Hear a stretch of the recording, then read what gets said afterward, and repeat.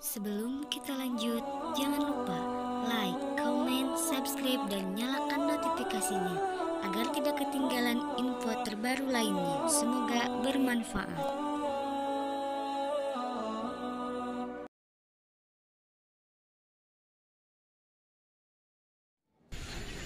Padahal wibawa daripada ustadz itu di atas daripada penguasa. Ini hadisnya nih. Nabi berkata, "Qiwamud dunya bi arba'ati asas." Tertibnya dunia itu bergantung kepada 4 orang. Yang pertama, bi ilmi ulama'i, ilmu para ulama. Kenapa kalau tidak ada ilmu para ulama? Kata Nabi sallam, lahalaka jahilun, celakalah orang-orang bodoh. Nah, persoalannya sekarang, apakah ulama giat berdakwah? Tidak. Ulama berubah jadi umaro, umaro berubah jadi ulama. Ini persoalan. Sudah tidak konsentrasi mengurus umat, yang diurus adalah politik. Berubah. Makanya kita yang hadir tadi saya baca di sini ada MUI, ada Kapolsek, ada dan Ramil, ada ketua panitia. Saya harapkan ulama jangan jadi umaro, polisi jangan jadi umaro, tentara juga jangan jadi ulama, polisi jangan jadi ulama, tetap pada profesi kita masing-masing untuk menertibkan dunia, mengatur kehidupan masyarakat yang begini susah. Titik penekanan dalam kehidupan iman Islam ketika kita melaksanakan peringatan Isra wal Mi'raj tidak ada lain kecuali solat. Solat itu membentuk karakter Muslim, menjadikan seorang Muslim betul-betul Islami. Saya masih ingat dulu ketika saya baru pertama kali memeluk Islam, ingin sekali untuk datang ke masjid. 3 hari saya bersyahadat, saya katakan kepada ketua MUI Kabupaten Toli-Toli, Kiai Haji Yusuf Yamani, saya katakan, Kiai, saya mau sholat, boleh enggak? Saya kan sudah bersyahadat. Dia katakan, Pak Yahya betul sudah bersyahadat, tapi untuk ke masjid Bapak sunat dulu. Jadi saya mau ke masjid, tidak boleh karena saya baru masuk Islam. Boleh ke masjid, tapi Pak Yahya disunat dulu. Kurang jelas. Susah saya bicara. Luas aja.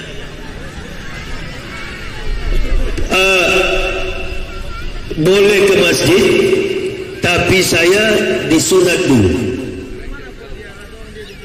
Saya katakan, oke, Pak Kiai, sekarang aja disunat. Dia bilang, enggak, nantilah 3 hari dulu karena menterinya belum ada di tempat. Begitu saya disunat, dampak yang saya alami, saya tidak bisa berdiri karena sunatnya bukan pakai laser, sunatnya dijepit pakai bambu. 2 minggu saya tidak bisa jalan baik dan tidak susah, berdiri pun susah, pakai celana pun nggak bisa, jalan tinggal dipegang begitu. Saya panggil istri saya, ayo kita sholat subuh. Istri saya tanya, berapa rakaat? Bukan rakaat, karena belum tahu istilah rakaat dulu. Istri saya sama-sama dari kafir juga. Dia tanya, berapa kali Pak kita sujud? Saya bilang, mainkan 20 kali. Ini kan baru 3 hari masuk Islam, mau belajar sholat. Terus saya panggil dia. Itu biasanya orang Islam kalau sholat ada suratul Fatihah, baca Al-Fatihah. Kami berdua belum bisa membaca secara hijaiyah. Jadi dia juga buta, saya juga buta. Tapi sedikit banyaknya saya sudah pernah tahu huruf hijaiyah, kan hampir sama dengan patahan Ibrani. Saya terus bilang sama istri saya, kalau begitu, karena saya sakit, kau juga disunat tapi tidak terlalu sakit,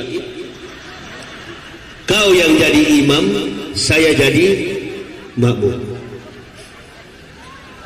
Berapa kali sujud Pak? 20 kali. Tengok ke mana? Tengok ke jendela. Karena pikir kiblat itu di mana ada jendela kamar orang Islam, itu kiblat. Kau tengok ke jendela, mainkan 20 kali. Sujud berdiri, dilirik oleh Pak Kiai. Dekati saya, Pak Yahya, sholat apa ini? Sholat subuh, Kiai. Kenapa tengok ke sana? Kiblat ke situ. Kenapa ibu yang jadi imam? Iya, saya suruh dia jadi imam karena saya sakit. Tidak boleh Pak, di dalam Islam itu yang jadi imam itu adalah laki-laki, makmumnya perempuan. Boleh imam perempuan, makmumnya juga akhwat perempuan. Jadi bapak sudah salah. Betul saya salah Kiai. Di hadapan Allah Pak Yahya benar dengan ibu. Innamal a'malu, daripada tahu arah kiblat. Antum semua ini yang tadi tertawa, yang tadi ketawa, tahu arah kiblat, tahu jumlah rakaat, hafal suratul Fatihah. As-salatu khairum minan naum. Saya ini kan ustadz liar, artinya sering berkeliling Indonesia, berjamaah di masjid-masjid. Setiap kali saya kunjungi sholat subuh, nggak pernah ada lebih daripada 5 saf. Nggak pernah ada orang sholat subuh di masjid lebih daripada 5 saf. Itu masjid seluruh Indonesia. Ini pun yang datang banyak begini di lapangan karena baca spanduk. Yahya Waloni, sana saya punya muka. Dia sudah tahu mantan kafir, mantan pendeta. Jadi mulai dari alim sampai bajingan datang ini. Iya, karena dia mau cari tahu bagaimana saya masuk Islam. Berulang-ulang saya katakan kalau ditanya kenapa Bapak masuk Islam, saya tidak pernah masuk Islam. Nggak percaya sama saya? Usai ceramah ini, lihat ada kafir lewat, panggil dia. Matius, Markus, Stefanus, Tetanus, sini dulu.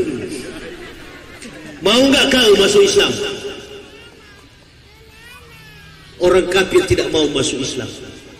Innal ladzina kafaru sawa'un 'alaihim a'ansyartahum am lam tunshirhum la yu'minun. Sekalipun engkau meyakinkan Muhammad, orang kafir tidak akan beriman. Tapi di ayat yang lain dalam Quran surah An-Nur, Allah katakan, laqad anzalna ayatin mubayyinatin wallahu yahdi may yasha'u ila siratim mustaqim. Wallahu yahdi may yasha'u ila siratim mustaqim.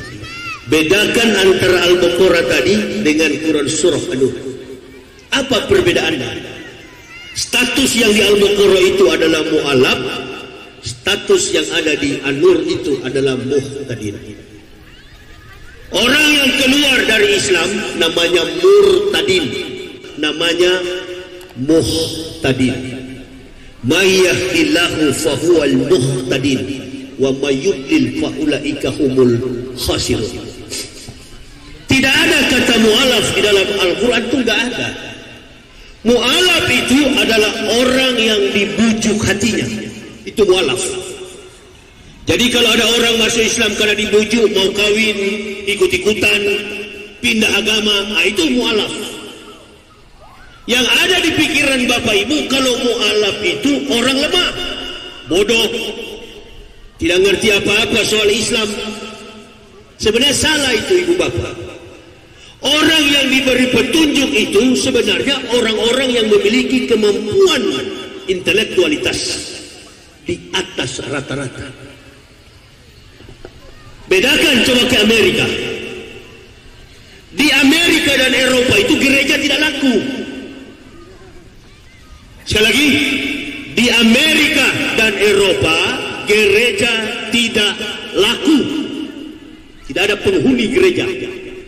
Hanya pendeta berdiri di atas mimbar dengan oma, opa, kakek, nenek yang sudah mau mati usia lanjut. Siapa yang pernah ke Amerika, siapa yang pernah ke Eropa, Jerman, London, Inggris, Belanda,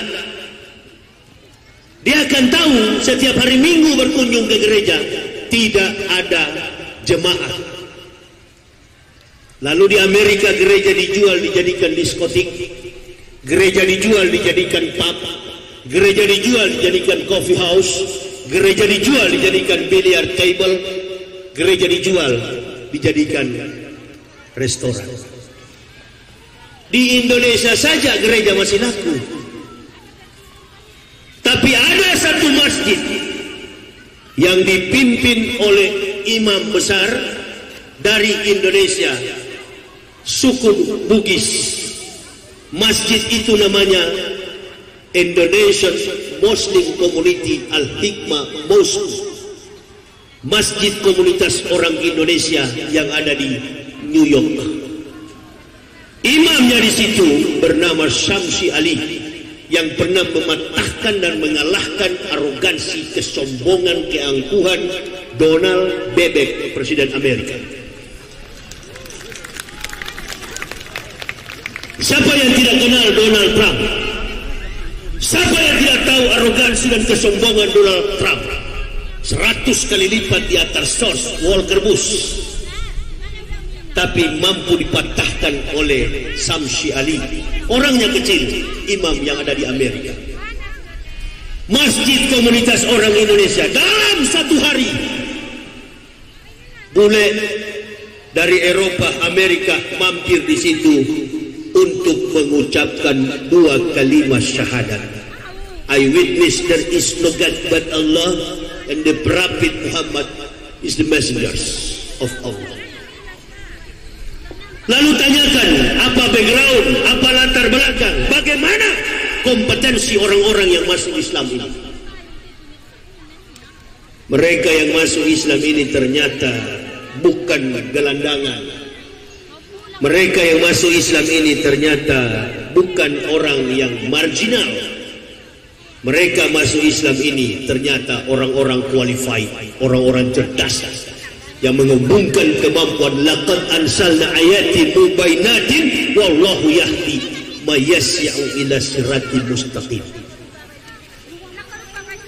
Ilmu pengetahuan yang mereka miliki mempunyai komparasi yang kuat, relevansi yang kuat dengan kitab suci Al-Quran. Mereka cari Islam bukan sebagai pegangan agama, tetapi mereka cari Islam sebagai the way of the life. Mereka pegang Islam sebagai pegangan hidup dan mati mereka. Makanya mereka yang dari kafir itu enggak pernah khawatir dengan virus corona. Orang dari kafir tidak pernah ragu sedikit pun dengan iman Islam. Coba kita perhatikan pejabat-pejabat kita yang sering bikin keributan di masyarakat, yang bikin keributan sejak era Jokowi ini. Bukan masyarakat yang bikin keributan di masyarakat, adalah pejabat publik. Betul apa betul? Pancasila ditabrakkan dengan agama. Bukan orang Kristen, Hindu, Buddha, bukan orang kafir, bukan juga mu'alaf. Dia ternyata adalah pendidik, rektor, kiai, profesor. Innalillahi wa inna ilaihi raji'un. Profesor, kiai, bahkan saya dengar badan pembimbing ideologi Pancasila. Roba saja, badan pengacau ideologi Pancasila, yang mengacaukan Pancasila, yang menabrakkan Pancasila, yang bermusuhan dengan Pancasila secara garis.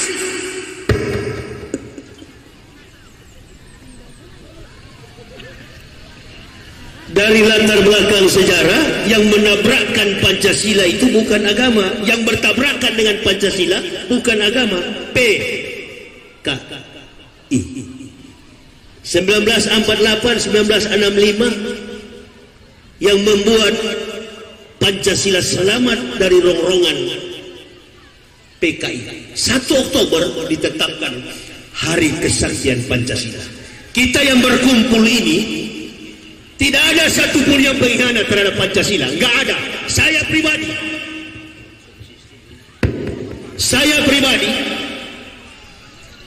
dari keluarga militer. Bapak saya perwira seksi 1 Korem 1 Santiago, 32 tahun. Ayah saya intel. Saya ingat umur 9 sampai perguruan tinggi. Saya perhatikan ayah saya dari SD. Saya sudah melihat ayah saya menginjak-injak PKI sampai keluar darah dari kuping. Itu bukan hanya wajib lapor. Ke sekolah kami disuruh angkat kaki kanan, taruh di betis kiri, tangan di kepala, ucapkan Pancasila. Jadi Pancasila itu bukan ideologi. Pancasila itu adalah falsafah. Manusia mampu mengejawantahkan konsep hidup yang betul-betul menunjukkan dirinya sebagai manusia yang adil dan beradab adalah manusia yang paham dengan falsafah hidup.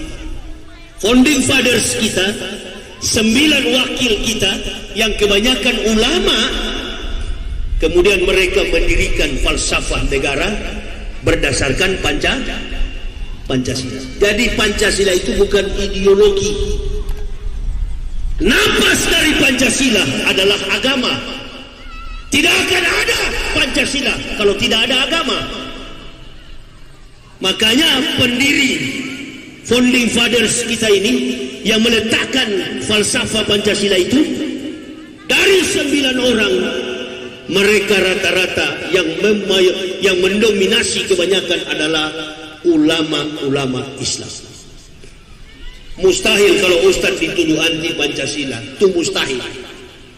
Orang yang suka menabrakkan Pancasila dengan agama itu sebenarnya PKI.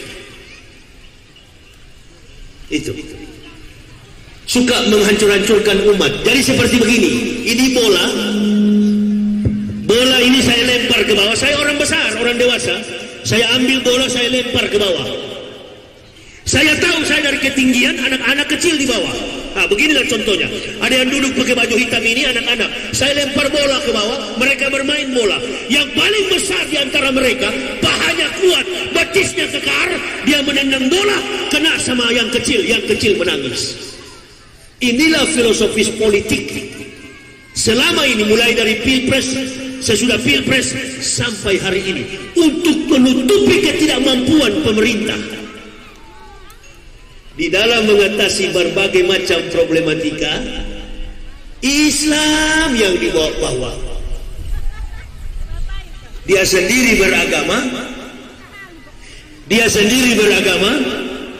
suka menjelekkan orang. Dia sendiri beragama Islam, suka merusak simbol Islam. Gak tahu malu nih. Saya ini bukan ulama, bi'ilmi ulama, ilmu para ulama. Saya juga bukan ustaz. Masyarakat Indonesia ini tidak punya filter dan kurang sekali membackup kemampuan berpikir kita secara kritis. Apa saja yang datang dalam kita langsung ditelan tanpa dicerna. Informasi apapun yang kita lihat, dengar, langsung dicerna, langsung ditelan, bukan dicerna. Jadi orang-orang ini tidak tahu bersyukur. Diberi jabatan sebagai ulama, diberi jabatan sebagai rektor, diberi jabatan sebagai ketua BPIP, tidak pernah merasa bahwa itu adalah sumbangsi dari umat jamaah. Ini ketidakadilan. Yang kedua, bi'adlil umaro. Kalau yang pertama bi'ilmi ulama, yang kedua bi'adlil umaro, adilnya pemerintah. Hampir 1 dekade, hampir 10 tahun, Pemerintahan Jokowi ini tidak berpihak pada umat Islam. Umat Islam terpecah. Di mana-mana yang dibawakan isu Islam, setiap kali ada isu politik, Islam dibawa. Harun Masiku mau ditangkap, hilang, diisukan teroris mau pulang. Siapa yang mau urus teroris itu? Dilarang katanya. Ini apalagi kalau lihat spanduk saya, ini ustadz radikal. Beragama tidak radikal, gak usah beragama, munafik. Beragama harus radikal. Semua orang beragama, apapun agamanya, Kristen, Hindu, Buddha, Islam, semua orang beragama kalau mau jujur, di dalam hatinya fanatis, ekstremis, egois. Itu tiga hal yang memang melekat dalam jiwa pemeluk agama. Saya pernah beragama Kristen, fanatis sebagai orang Kristen. Saya hidup dalam kehidupan Kristen yang sangat ketat. Orang Manado beda dengan orang Batak. Orang Batak ada marga Nasution Kristen, ada marga Nasution Islam. Tapi kami orang Manado dari kecil sudah dididik dengan ajaran Kristen fanatis. Manado tidak ada orang Islam. Orang Manado asli itu yang bermarga seperti saya Waloni, nggak ada. Tapi apa jadinya sekarang Manado?